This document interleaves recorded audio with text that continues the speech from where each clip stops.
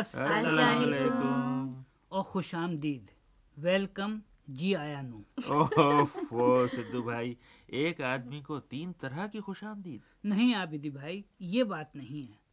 میں نے رضا کو خوش آمدید، علی کو ویلکم اور عابدی کو جی آیا نو کہا۔ چلیے حساب برابر ہو گیا۔ ہاں اس وقت تو ہو گیا، لیکن جب سدھو بھائی چھٹیوں سے لوٹ کر آئیں گے اس وقت کیا ہوگا؟ کیا ہوگا؟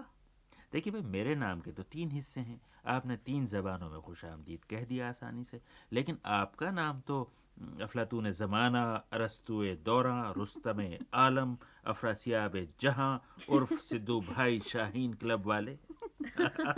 کم سے کم 15 زبانوں میں خوش آمدید کہنا پڑے گا آپ کو۔ ارے بھائی، تو پھر آپ لوگ کیا چاہتے ہیں؟ یہی کہ آپ کبھی چھٹی پر نہ جائیں۔ جی سدھو بھائی، آپ کے بغیر پروگرام شاہین کلب ایسا ہی ہوگا جیسے شکر کے بغیر حلوہ۔ یہ بالکل ٹھیک کہا آپ نے۔ عابدی بھائی، اب آپ سنائیے کہ آپ کا دورہ کیسا رہا اور ہندوستان اور پاکستان کا سفر کیسا رہا؟ سدھو بھائی، میرا خیال ہے کہ جان ہی دیجیے اس سوال کو۔ نہیں، آپ بتائیے نا، آپ چھوڑیے بھی۔ پلیز عابدی بھائی بتا دیجیے نا۔ دیکھیے، آپ بہت پریشان ہوں گے سن کر۔ کیا مطلب؟ کیا بہت تکلیف اٹھائی آپ نے سفر میں؟ نہیں یہ بات نہیں ہے، البتہ آپ سنیں گے تو آپ کو بہت تکلیف پہنچے گی۔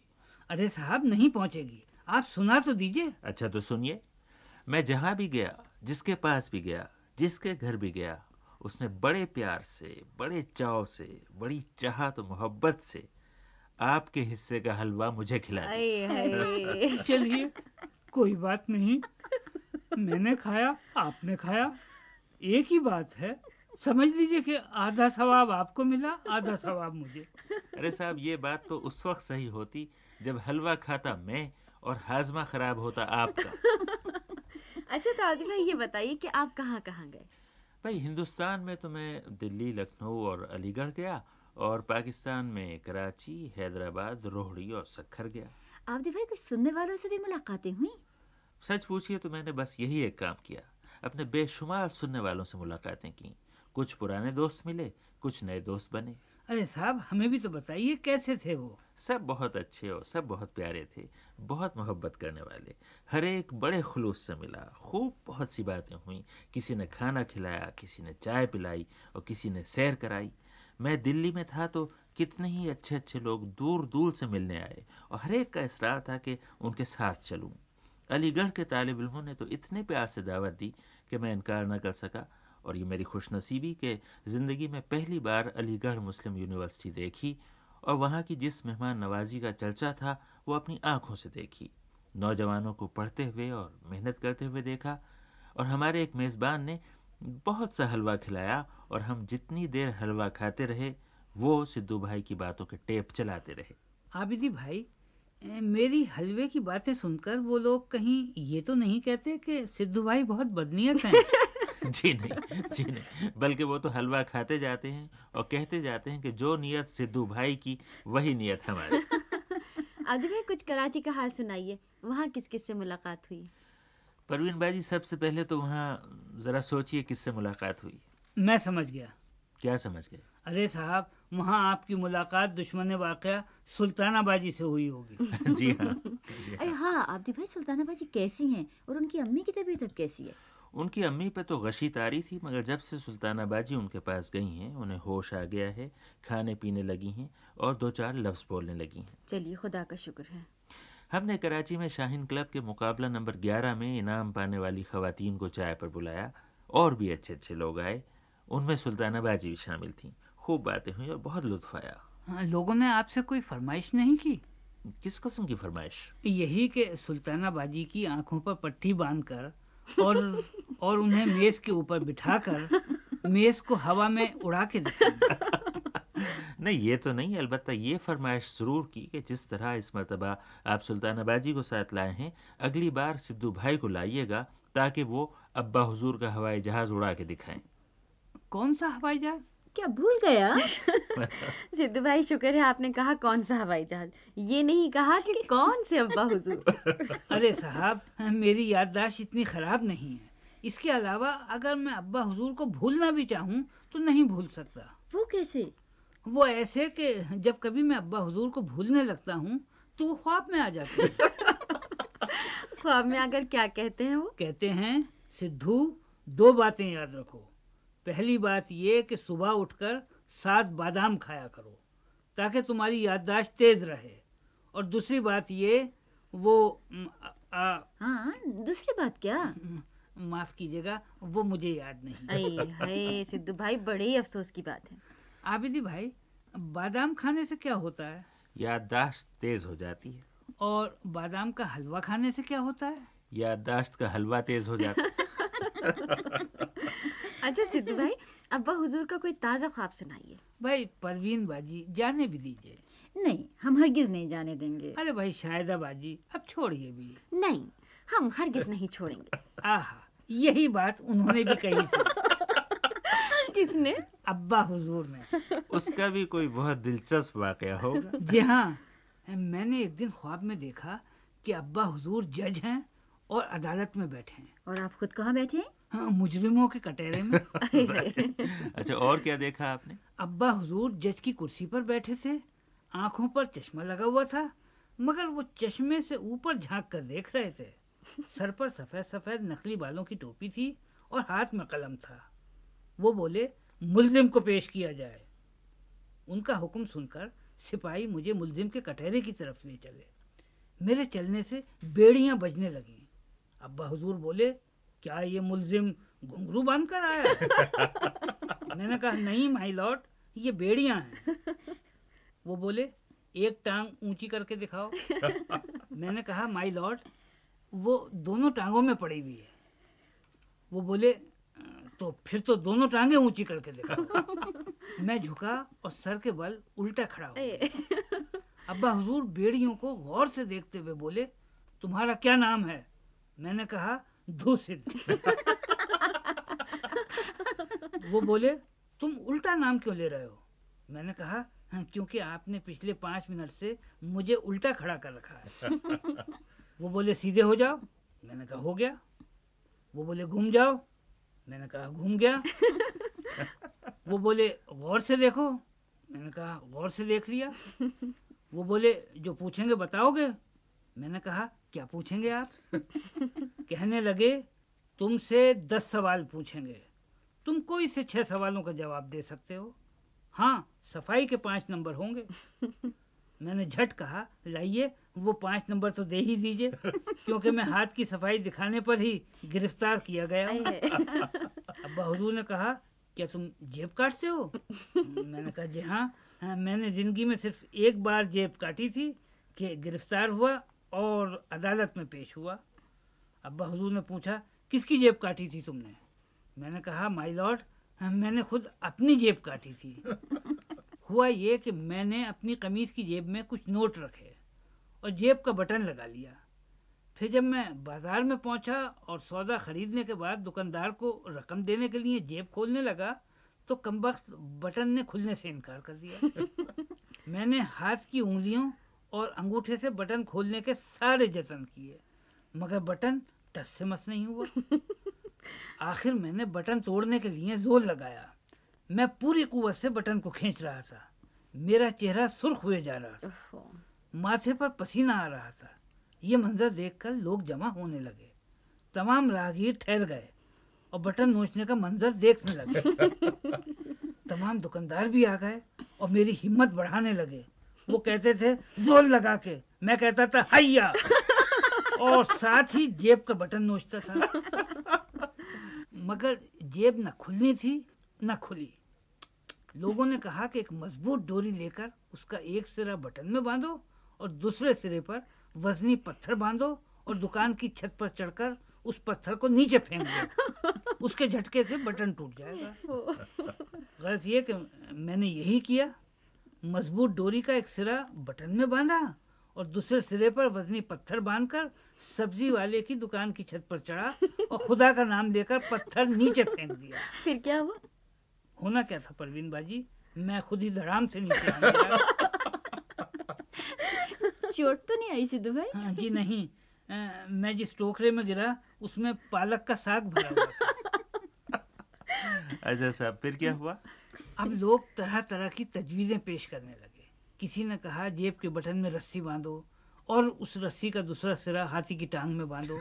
किसी ने कहा जेब के बटन पर 2-3 गोलियां चलाओ, खुल जाएगी। एक आदमी ने कहा, अरे साहब, माल की कीमत ही तो अदा करनी है, अगर कमीज की जेब नहीं खुलती तो पूरी कमीज उतार कर दुकानदार को दे जाओ। इतने में एक आदमी मेरे करीब आकर बोला, ये लो ब्लेड और जेब को नीचे से काट कर सारे नोट निकाल लो।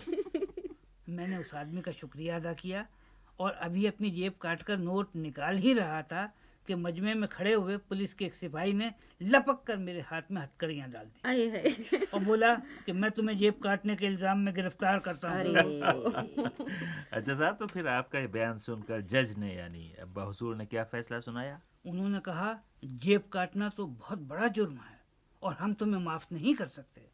मैंने कहा, मगर माय लॉर्ड, मैं तो खुद अपनी ही जेब काट रहा था। वो बोले, तो क्या हुआ? मैंने कहा, हाँ, कुछ तो रियायत मिलनी चाहिए। वो बोले, हम तुम्हें बस सिर्फ एक रियायत दे सकते हैं, क्योंकि तुम अपनी ही जेब खुद काट रहे थे, इसलिए तुम अपनी सज़ा भी खुद ही तजवीज़ कर सकते हो। बोलो, क्या सज़ा चाहते हो?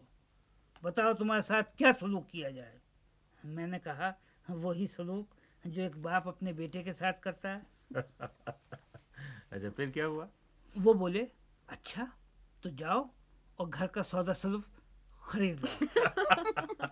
ये कहकर अब्बा हुजूर ने मुझे कुछ नोट दिए। मैं उन नोटों को कमीज की जेब में रखकर जेब का बटन लगाने ही वाला था कि अब्बा हुजूर ने एक थप्पड़ रसीद किया। मैंने कहा, ये आप कैसा सलूक कर रहे हैं? वो बोले, वही सलूक जो एक बाप अपने बेटे के साथ करता है।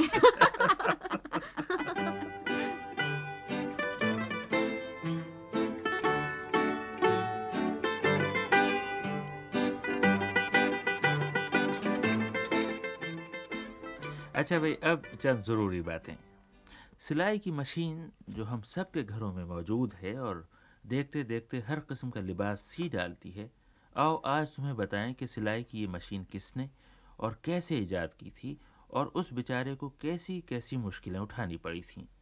सिलाई चूँकि ज़्यादातर ख़वातीन करती हैं, इसलिए इस मशीन के मुतालिक शाहिदा बाजी और परवीन बाजी ही बता रही हैं। ये 150 साल पहले की बात है। अमेरिका के शहर बोस्टन में 16 साल का एक कमज़ोर और बीमार सा नौजवान मुलाजमत ढूंढता फिर रहा था। उसने कोई ख़ास तालीम भी नहीं पाई थी, मगर 6 साल की उम्र से वो मशीनें चलाने का काम कर रहा था और अब वो मैकेनिक बनना चाहता था। नौजवान इलियास एक मैकेनिक मिस्टर डेविस के पास पहुंचा और बोला कि मुझे मशीनों का काम खूब आता है, आप मुझे मैकेनिक का काम दे दीजिए। मिस्टर डेविस ने सोचा कि ये दुबला पतला लड़का मशीन कैसे चलाएगा, मगर उन्होंने तरस खाकर इलियास को मुलाजमत दे दी। इलियास अपने काम का बड़ा माहिर निकला। वो हर किस्म की मशीनें चलाने लगा और बहुत जल्द मिस्टर डेविस का असिस्टेंट बन गया। 5 साल बाद एक ऐसा वाक़या हुआ जिसने इलियास की ज़िंदगी बदल कर रख दी। वो वर्कशॉप में काम कर रहा था कि 2 आदमी मिस्टर डेविस के पास आए। उन्होंने मछली पकड़ने का जाल बुनने की मशीन ईजाद की थी। मिस्टर डेविस ने उनकी मशीन के नक्शे देखने के बाद झिल्लाकर कहा कि अगर कुछ ईजाद करना ही है तो कपड़े सीने की मशीन ईजाद करो। बेचारी औरतें रात दिन आंखें फोड़कर जो काम किया करती हैं, वही काम कोई मशीन करे तो कितना अच्छा हो। ये बात सुनकर इलियास के दिमाग में एक धुन समा गई। उसने उसी वक्त फैसला कर लिया कि वो कपड़े सीने वाली मशीन ईजाद करेगा। इलियास ने मिस्टर डेविस को अपने इरादे से आगाह किया और लगी लगाई मुलाजमत छोड़कर अपनी थोड़ी सी पूंजी की मदद से सिलाई की मशीन बनाने का काम शुरू कर दिया। वो सारा सारा दिन और आधी आधी रात काम करता, मगर मशीन की तैयारी में तरह तरह की मुश्किलें आड़े आती रहीं। लेकिन एक रोज़ उसकी किस्मत ने ज़ोर मारा। वो एक जौलाहे के मकान के सामने से गुजरा। उस वक्त जौलाहा अपनी खड्डी पर कपड़ा बुन रहा था। इलियास खिड़की से झांक कर उसकी खड्डी देखने लगा।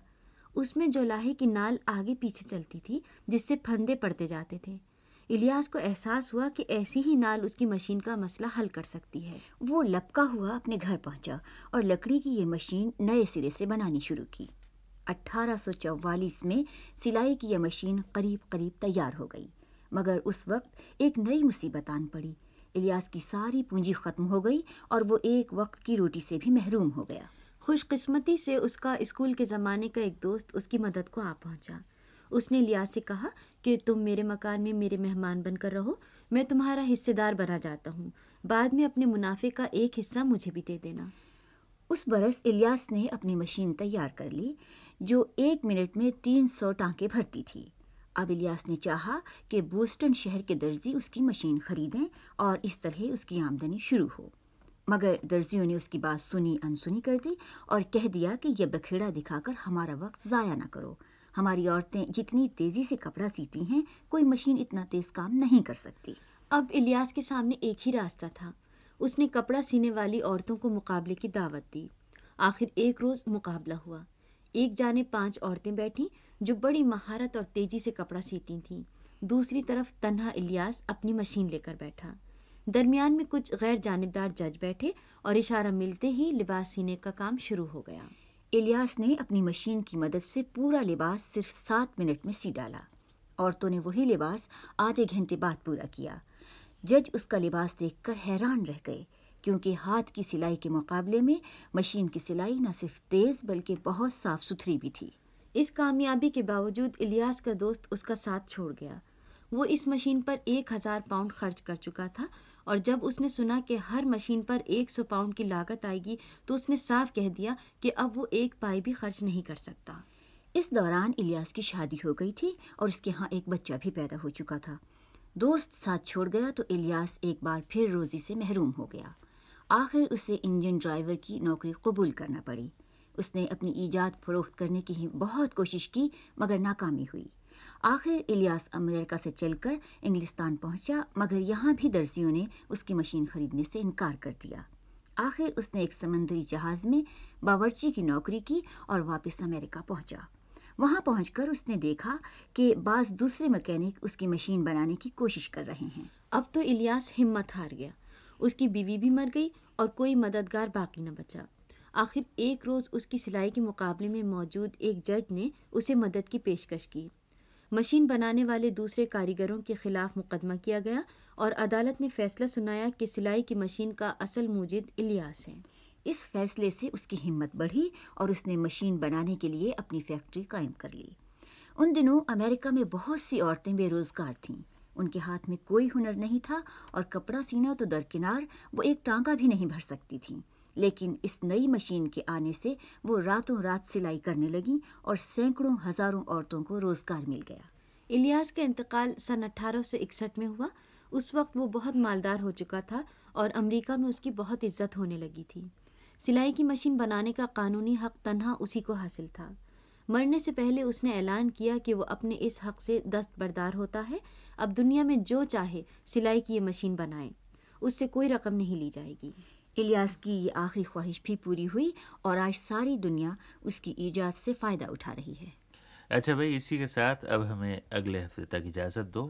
خدا خدا حافظ۔ حافظ۔